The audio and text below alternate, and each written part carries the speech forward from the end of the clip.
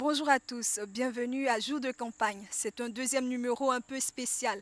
Nous nous trouvons dans l'enceinte de l'ISTC, l'Institut des sciences et techniques de la communication, où l'un des candidats à la présidentielle, Siméon Konan-Kouadio, à l'invitation de l'Université de la citoyenneté et de la bonne gouvernance, est venu exposer à la jeunesse son projet de société.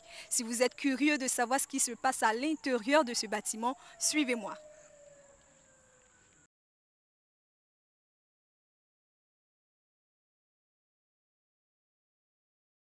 Depuis de nombreuses années. Par ailleurs, cette grave crise du logement. Je vais commencer par...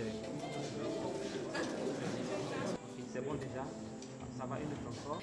Alors vous venez de le voir tout à l'heure, le candidat Siméon Konan-Kouadio, le candidat à la présidentielle, a exposé son projet de société devant une jeunesse qu'il a écoutée avec attention. Vous avez également vu la photo de famille et nous allons lui arracher quelques informations. Suivez-nous. Bonjour Président, c'est DTV. Voilà, on vous a écouté, on a quelques questions à vous poser. Et la première question qu'on voudrait bien vous poser, c'est vous promettez créer 1 500 000 emplois.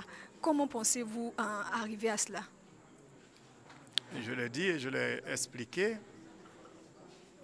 Notre pays est un pays d'abord agricole.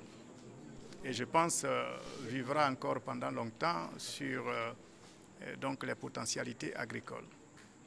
J'ai dit pour nos jeunes qui voudraient bien s'intéresser à des projets d'ordre agricole, agropastoral, touristique, culturel, l'État les accompagnerait. Et je compte mettre un fonds institutionnel pour faire en sorte que ces jeunes-là puissent donc se créer leur propre entreprise. Je suis pour l'entrepreneuriat, c'est-à-dire pour que ces jeunes-là soient accompagnés à créer des richesses, à créer des emplois pour d'autres.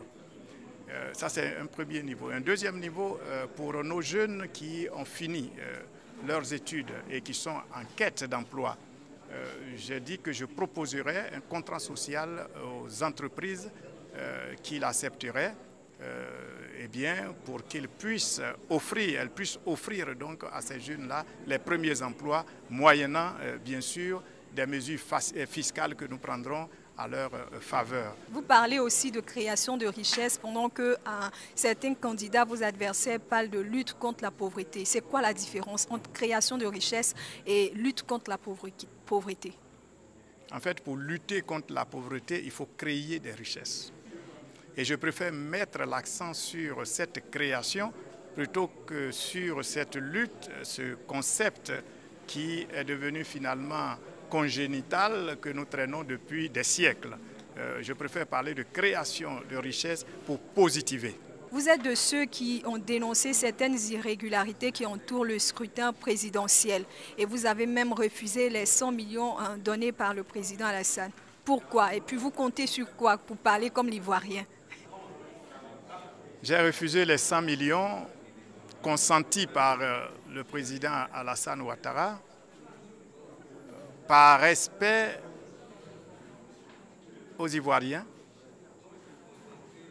par respect de mes propres principes et conformément à mes convictions spirituelles. Merci, Monsieur le Président. Nous vous souhaitons une très bonne chance. Alors, chers téléspectateurs, nous continuons notre parcours et nous recherchons à présent l'initiateur de ce projet. Bonjour, monsieur. Bonjour, oui, c'est vous qui avez initié ce projet. Dites-nous, c'est parti de quoi? L'idée est venue de quoi? De quelle observation, tout ça? Déjà que l'idée est une initiative des universités de la citoyenneté et de la bonne gouvernance avec les CBG, ce sont les citoyens pour la bonne gouvernance, qui sont les jeunes membres du réseau.